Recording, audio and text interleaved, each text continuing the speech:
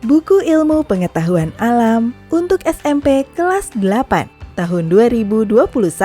Bab 3, Usaha, Energi, dan Pesawat Sederhana. Subbab C, Pesawat Sederhana, bagian 1.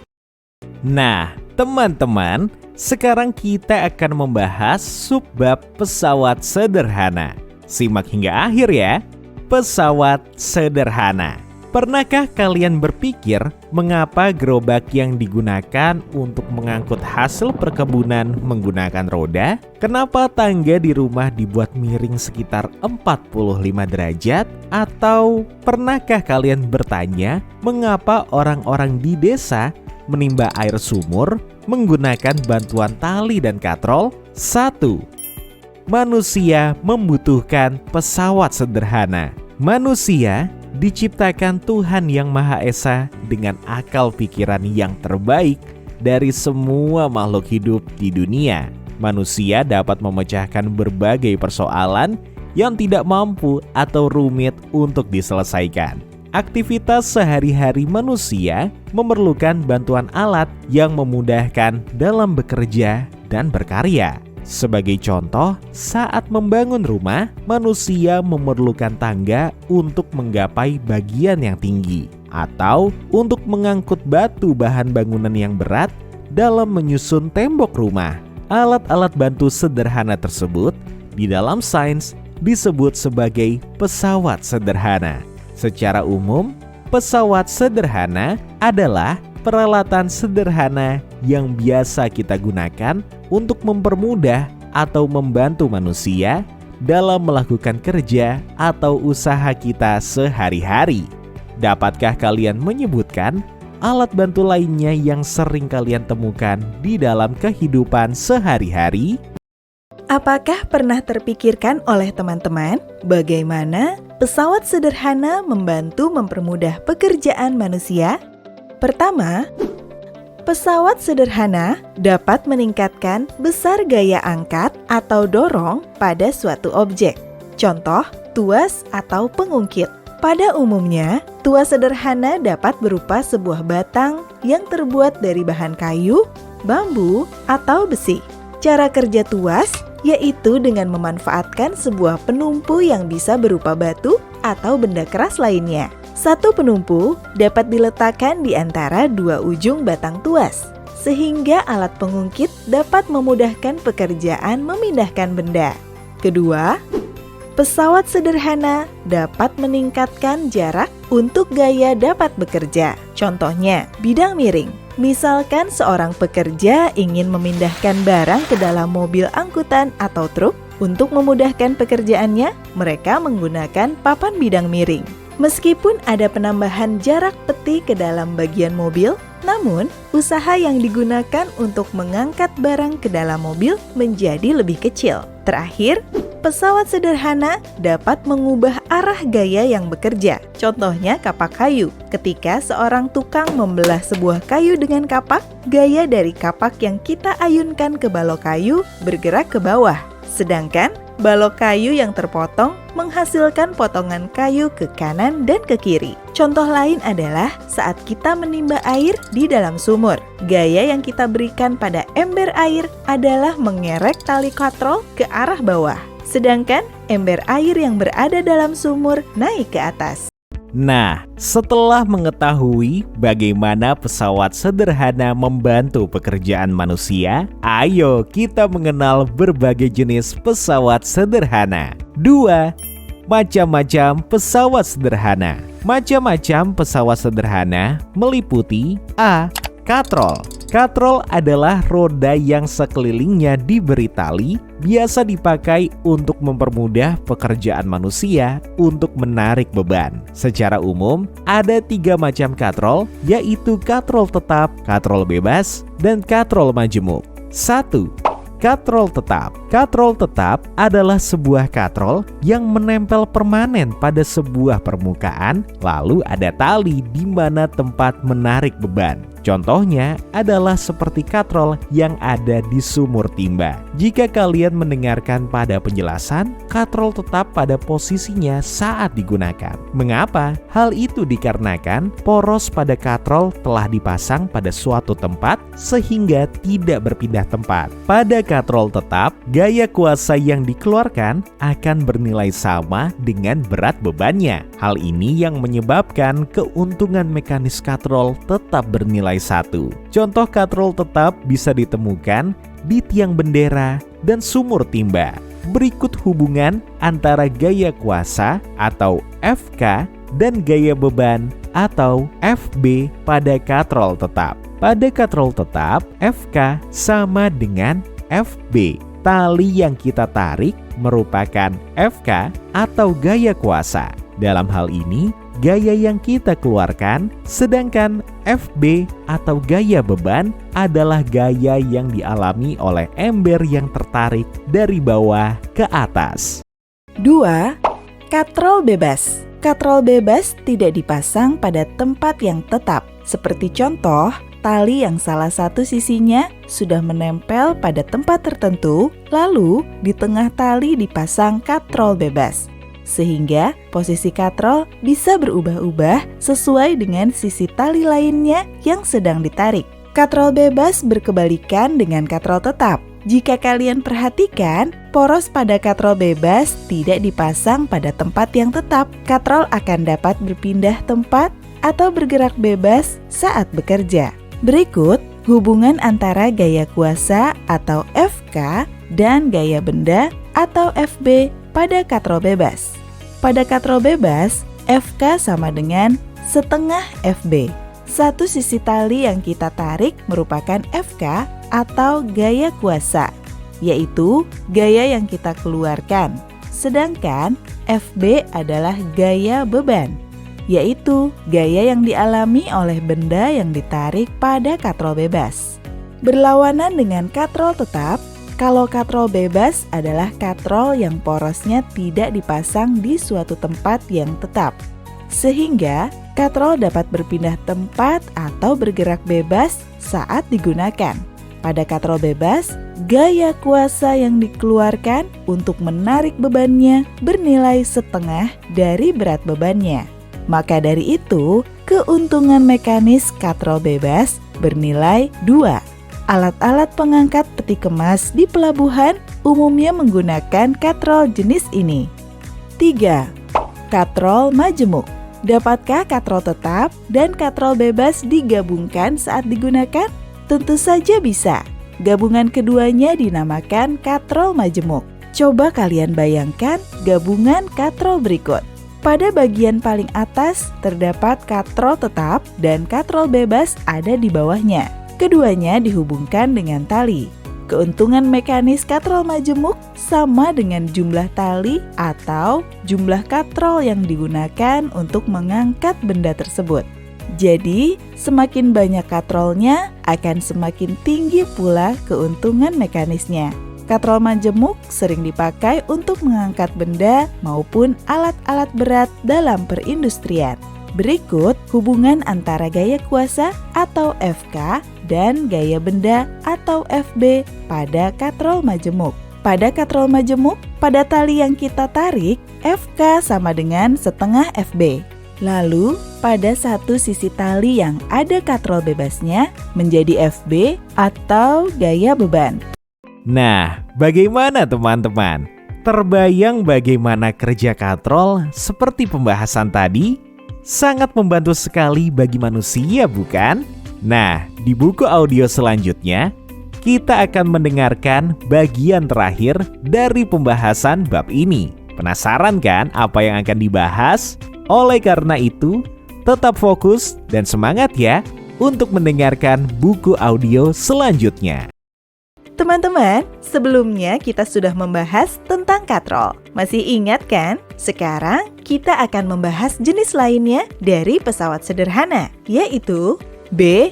Roda. Teman-teman, tahu tidak apa itu roda? Roda merupakan benda yang umum sering kita jumpai pada kehidupan sehari-hari. Roda sangat meringankan pekerjaan manusia. Roda merupakan salah satu jenis pesawat sederhana yang menggunakan prinsip menghubungkan roda pada sebuah poros yang dapat diputar secara bersamaan. Roda dapat memperkecil gaya yang dibutuhkan untuk menggeser suatu benda dengan meminimalkan gaya gesek. Roda berporos ini diterapkan dalam transportasi darat, gerobak, setir mobil dan kapal, serta gerinda. Keuntungan mekanis yang diperoleh dari penggunaan roda akan memengaruhi kecepatan yang dihasilkan. Nilainya adalah Km sama dengan R roda dibagi R poros, di mana Km adalah keuntungan mekanis roda, R roda merupakan jari-jari roda, dan R poros merupakan jari-jari poros. Sebagai contoh, apakah kalian tahu bahwa gir sepeda depan buat mengayuh dengan gir pada roda belakang? Kedua gir dihubungkan dengan rantai. Biasanya, gir depan lebih besar daripada gir belakang untuk menghasilkan putaran roda yang lebih banyak dibanding putaran kayuh. Baiklah teman-teman, jenis pesawat sederhana selanjutnya adalah C. Bidang miring. Bidang miring adalah pesawat sederhana yang berupa papan atau bidang yang dibuat miring. Tujuannya adalah untuk memperkecil usaha saat memindahkan beban yang berat. Saat memindahkan objek, jarak yang ditempuh menjadi lebih besar, tapi gaya yang diperlukan menjadi lebih kecil. Semakin landai bidang miring, gaya yang diberikan semakin kecil. Sebaliknya, semakin curam bidang miring, gayanya semakin besar. Prinsip bidang miring banyak dimanfaatkan di kehidupan kita seperti jalan pegunungan yang dibuat berkelok-kelok, tangga berputar, pisau, kapak, sekrup, dan sebagainya. Perhatikan ilustrasi berikut yang menggambarkan keuntungan mekanik bidang miring. Sebuah kotak berada di bidang miring dengan ketinggian tertentu atau H didorong ke atas. Gaya dorong ke atas yaitu gaya FK atau gaya kuasa, sementara gaya FB adalah gaya gravitasi yang dialami oleh beban, digambarkan tegak lurus ke bawah. Panjang lintasan bidang miring disimbolkan dengan I. Maka berikut persamaan yang ada di sebuah bidang miring. Persamaan pertama, keuntungan mekanik sama dengan gaya beban dibagi dengan gaya kuasa atau Km sama dengan FB dibagi FK.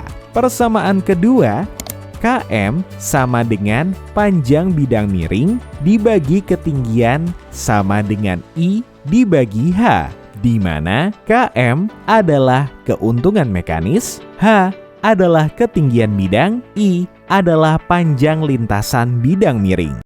Teman-teman, jenis pesawat sederhana lainnya ialah D.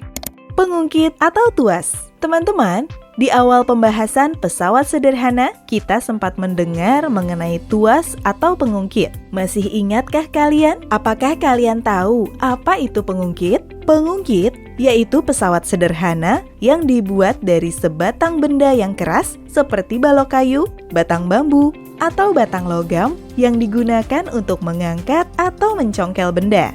Pengungkit dapat memudahkan usaha dengan cara menggandakan gaya kuasa dan mengubah arah gaya.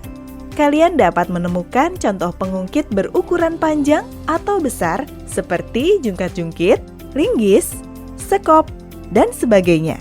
Sementara itu, ada juga contoh pengungkit pada peralatan sehari-hari seperti gunting, pembuka botol, pemecah biji kenari, tusuk gigi, pinset, dan sebagainya.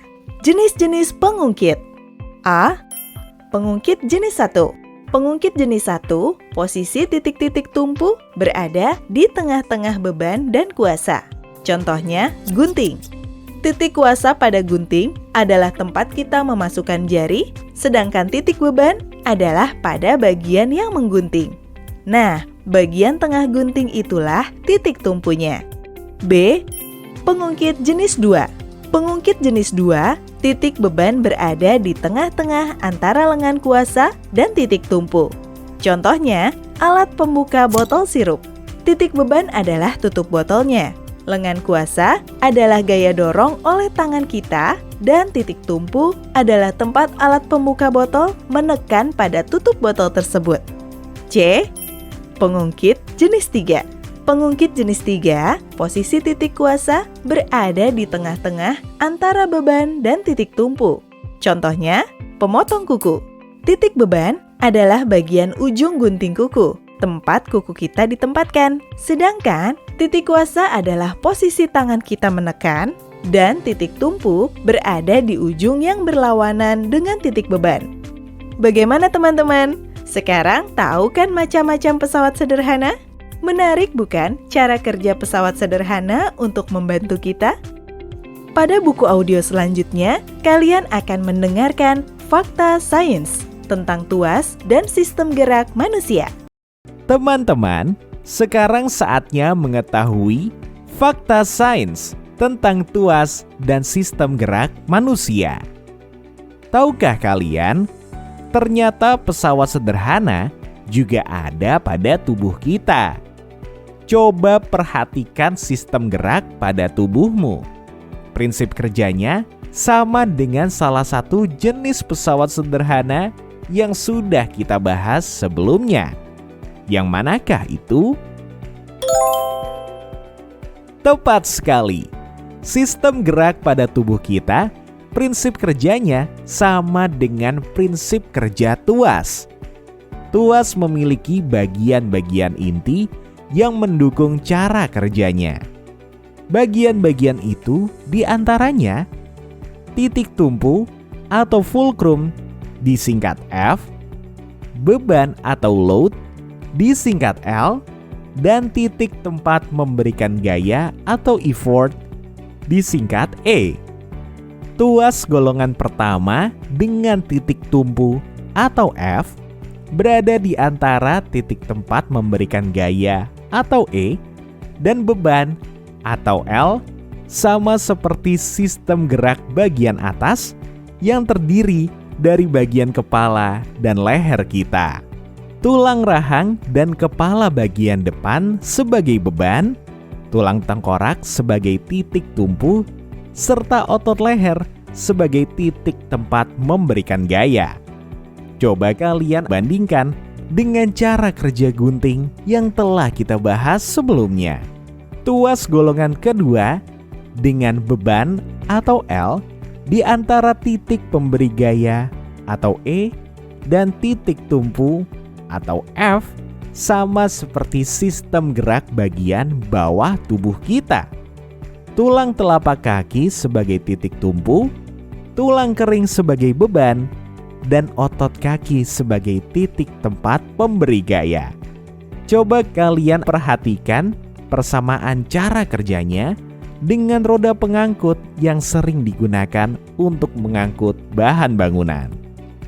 Tuas golongan ketiga dengan titik tempat pemberi gaya E di antara titik tumpu atau F dan beban atau L sama seperti sistem gerak lengan. Tulang telapak tangan sebagai beban, sendi siku sebagai titik tumpu, dan otot lengan atas sebagai titik tempat pemberi gaya. Nah, kalian pasti bisa mencari persamaannya dengan penggunaan pinset kan? Sekarang, mari kita uji kemampuan kalian mengenai pesawat sederhana. Soal nomor 1. Ada sebuah tangga memiliki panjang kemiringan bidang adalah 8 meter dan memiliki ketinggian 4 meter. Hitunglah keuntungan mekanis tangga kayu tersebut. Nomor 2. Ada 4 buah katrol dalam sebuah sistem katrol majemuk yang saling terhubung untuk menarik beban. Beban ditempatkan di posisi paling bawah. Seutas tali yang menyambungkan tiap katrolnya ditarik dengan sebuah gaya berkekuatan 8 Newton. Berapakah beban total yang dapat ditarik katrol tersebut? Review bab. Ayo jaga sumber daya air kita dengan membuat kincir air. Saat ini, 1 dari 5 orang di seluruh dunia masih kekurangan akses untuk menggunakan energi listrik.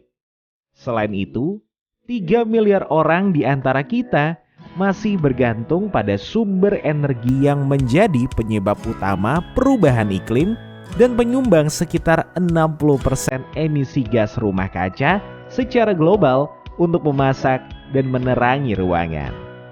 Sumber daya alam itu diantaranya adalah fosil, kayu, batu bara, arang, bahkan kotoran hewan.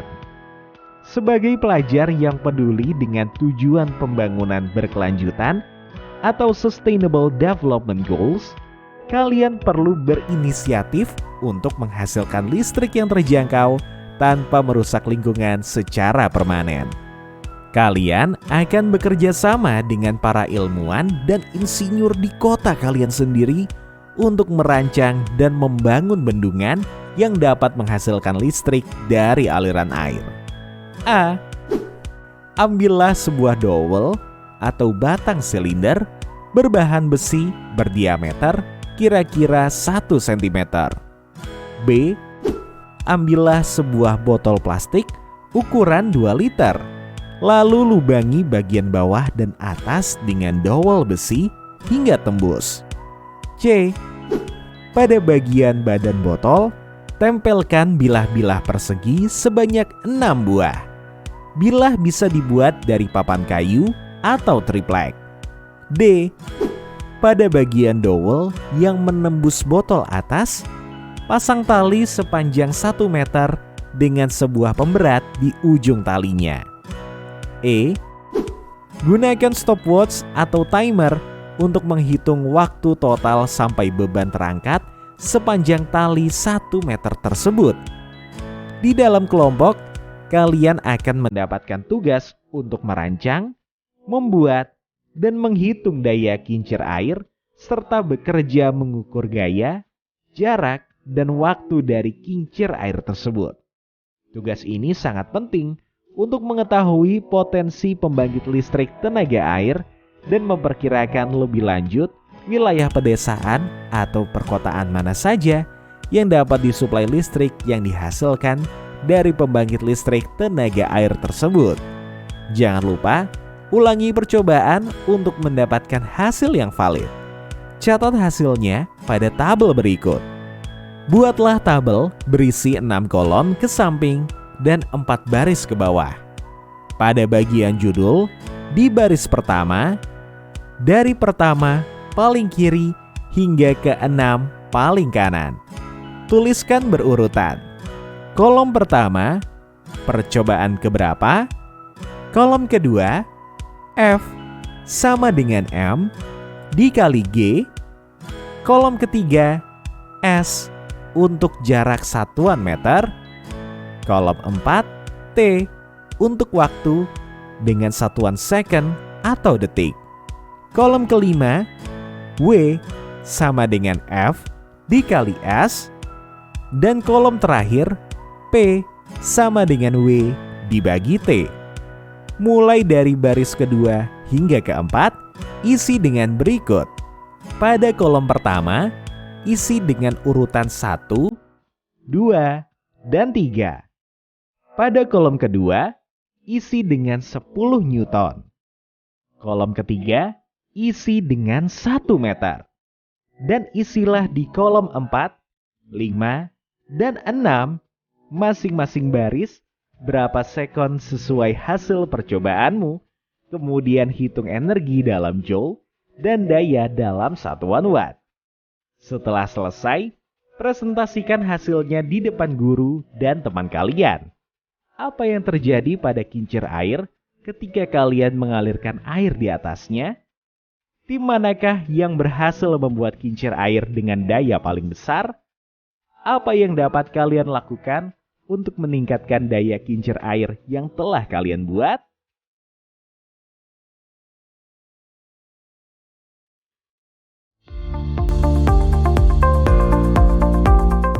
Selamat teman-teman, kalian telah sampai di akhir pembahasan bab 3 mengenai usaha, energi, dan pesawat sederhana. Bagaimana kesan kalian setelah mendengarkan semua pembahasannya?